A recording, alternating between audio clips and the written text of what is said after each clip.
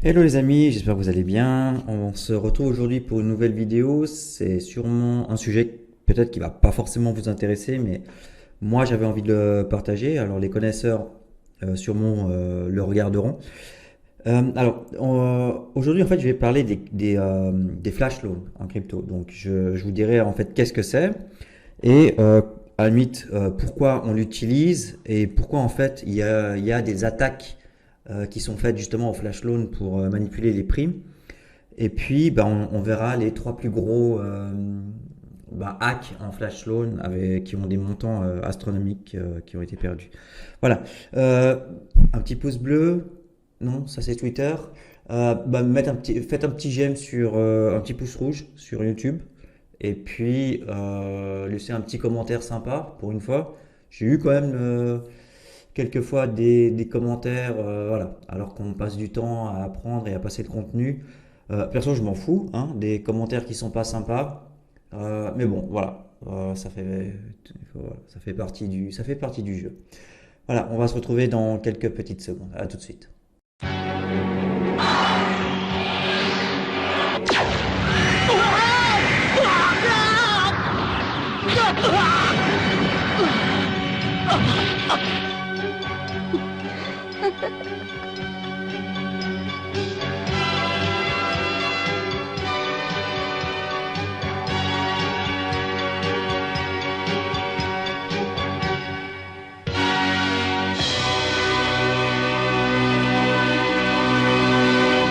Voilà, alors je vais commencer. Alors évidemment, je vais mettre que des petites photos parce qu'il n'y a pas forcément beaucoup de matériel à vous montrer.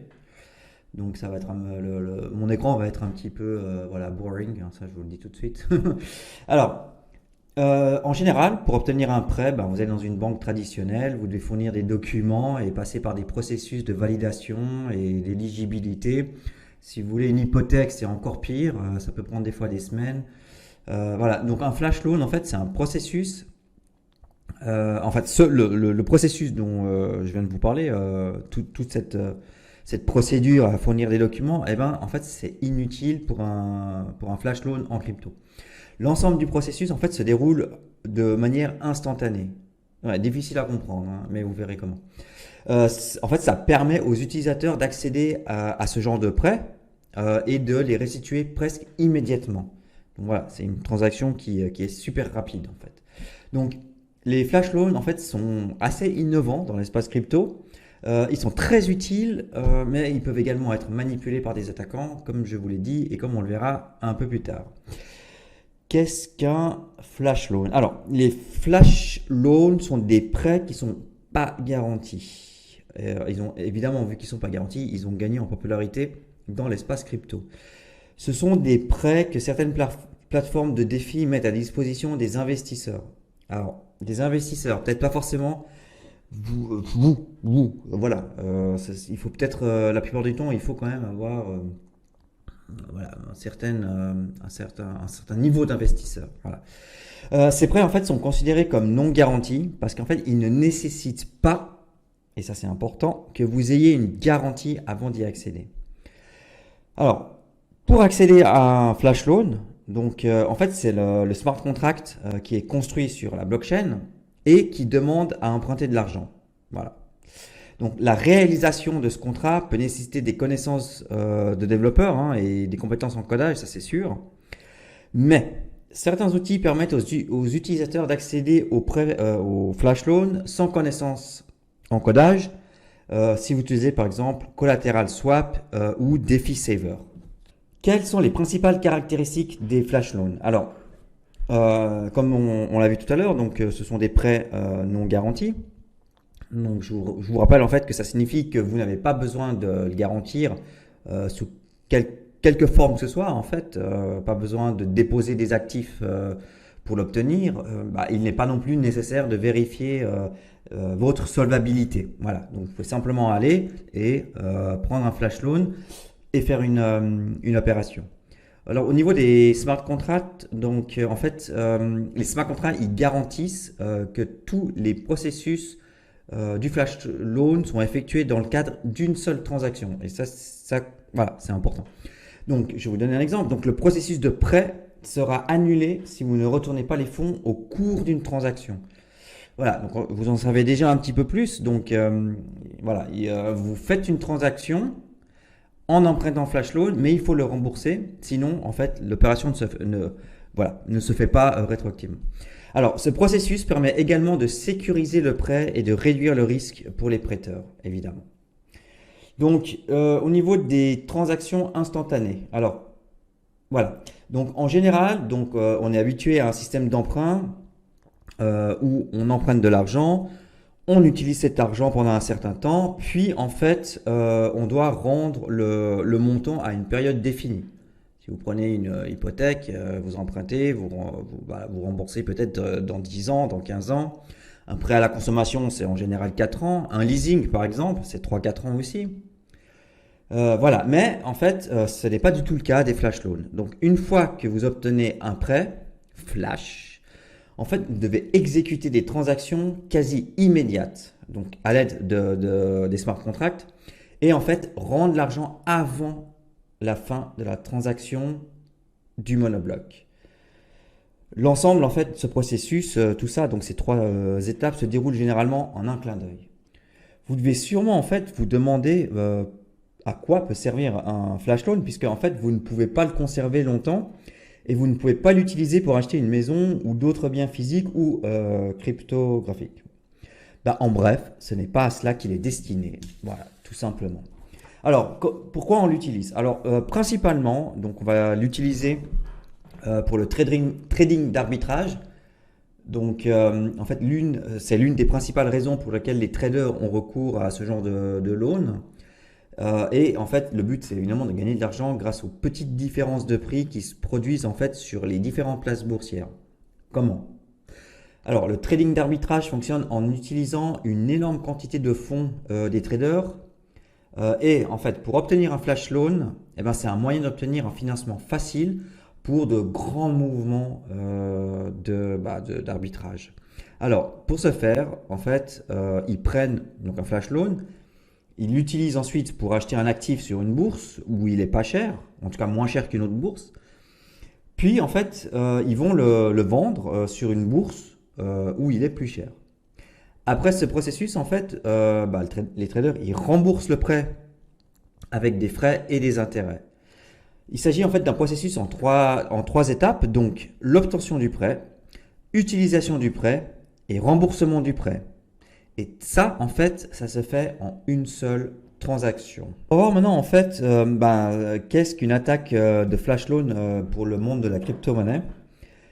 Donc, en fait, la possibilité d'obtenir des prêts sans garantie, donc ça a entraîné l'apparition de nombreuses attaques. Donc, vous pouvez bien vous douter que vous pouvez obtenir si facilement un prêt. Les gens, ils ne sont pas privés de le faire. Donc, une attaque par prêt flash se produit en fait lorsqu'un attaquant contracte des prêts importants, qu'il utilise les fonds pour manipuler le prix du marché et en fait exploiter les protocoles de défi. Donc en fait ces pirates super malveillants bien sûr, ils tirent généralement un profit considérable de ces malversations, comme toujours au détriment des investisseurs, des petits portefeuilles comme vous et moi. Voilà. Donc en fait les attaques par prêt flash peuvent également être menées en exploitant en fait les vulnérabilités d'une plateforme. Donc les hackers en fait ils sont généralement très rapides dans le processus car ils savent qu'ils doivent rembourser la dette en une seule transaction. Sinon l'opération est annulée comme on l'a vu un peu plus tôt dans la vidéo. En fait les attaques de prêt flash, donc les flash loans sont très courants dans la défi aujourd'hui. Parce qu'en fait, elles sont peu risquées et hyper rémunératrices. Alors, elles sont abordables car tout ce dont vous avez besoin pour les réaliser, en fait, c'est votre ordinateur et une connexion Internet. Basta, c'est tout ce dont vous avez besoin. En plus, en général, il n'y a aucune trace après l'acte. Donc, ça rend très difficile la traçabilité des attaquants par flash loan. Excusez-moi. En plus, en fait, les prêts sont utilisés pour effectuer toutes les actions, ce qui fait que la réussite de l'opération ne nécessite pas beaucoup de capitaux. Je vais vous montrer en fait maintenant les 3 attaques en flash loan qui a coûté beaucoup d'argent à ceux qui étaient investis dedans. Donc, Cream Finance a perdu 130 millions de dollars. C'est la 3e position du classement. En deuxième, on a Beanstake. C'était une plateforme de défi et qui, elle, en fait, a perdu 180 millions. Et le top du top, celui qui a perdu le plus, c'est Pancake Bunny. Donc, lui, il a perdu 200 millions lors d'une attaque en flash loan. Alors, comment en fait se prémunir d'un risque d'attaque de flash loan? Alors évidemment, ça ne s'adresse pas à vous, petit épargnant ou petit investisseur. C'est si on est du côté et que vous possédez en fait un protocole ou un autre programme qui traite des cryptos. Donc voilà, donc ça c'est plutôt pour les professionnels. Donc en fait, oui, aussi, ce n'est pas en achetant des gris-gris comme vous voyez sur mon écran actuellement. Ça marche pas. Le marabout, ça marche pas. Oui, c'est vrai qu'il y a aussi les arnaques par marabout, ouais. Mais les gris-gris, non. Il faut pas utiliser ça pour ça. Voilà.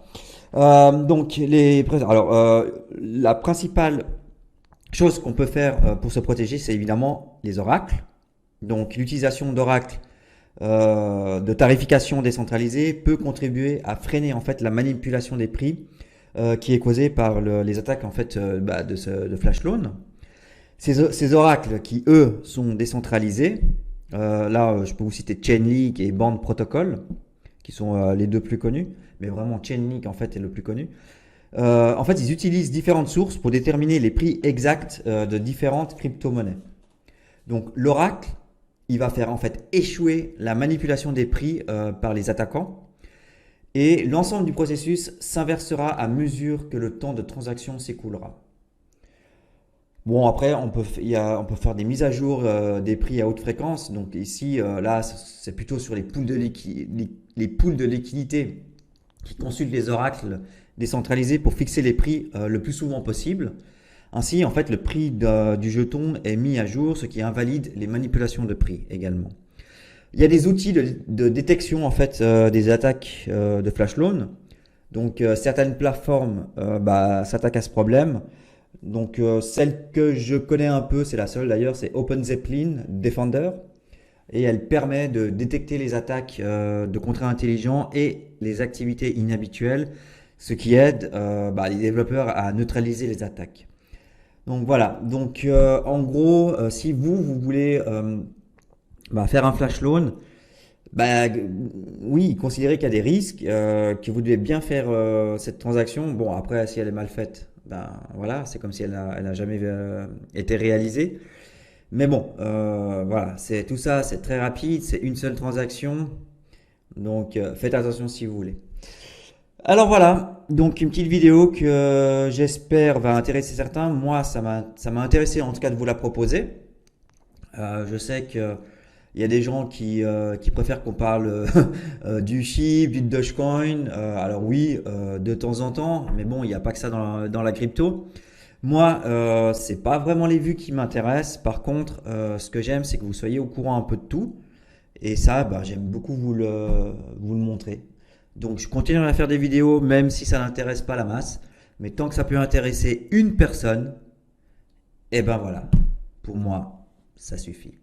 À plus les gars, et bonne soirée.